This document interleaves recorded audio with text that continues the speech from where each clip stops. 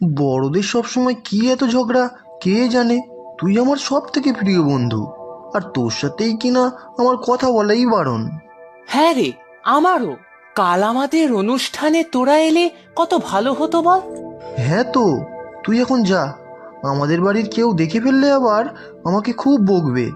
আর শোন চিন্টু, কাল যা যা হবে পরে আমাকে বলবি কিন্তু। সে বলবো। শোন না নীলু, কাল এই পুকুর পাড়ে থাকবি। আমি এক সময় লুকিয়ে মাছ ভাজা নিয়ে আসবো। দুজনে মিলে একসাথে খাবো এখানে বসে। না থাক, কে কোথায় দেখে ফেলবে, তারপরে আবার শুরু হয়ে যাবে ঝগড়া। তোদের অনুষ্ঠানটাই মাটি হয়ে যাবে। তাহলে আমি যাই। বাড়িতে গিয়ে কুয়ো পাড়ে বসে পাতাগুলোকে ভালো করে ধুতে হবে। আরে বাড়ি গিয়ে কষ্ট করে কুয়োর জল তুলে ধুবি কেন? এই পুকুর পাড়েই বসে ভালো করে ধুয়ে নিয়ে যা। হ্যাঁ, তাই তো, এখানেই সুবিধা হবে।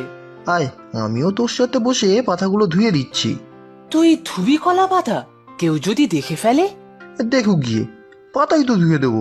নিমন্ত্রণ খেতে তো আর যাচ্ছি না। দেখ চিন্টু, কেমন দুটো উনুন তৈরি করে নিয়েছি। কাঠ দিয়ে রান্না হবে? হ্যাঁ তো, দেখছিস না, শুকনো সব কাঠ কেটে রেখেছি। আমিও কলা পাতা কেটে ধুয়ে রেখেছি।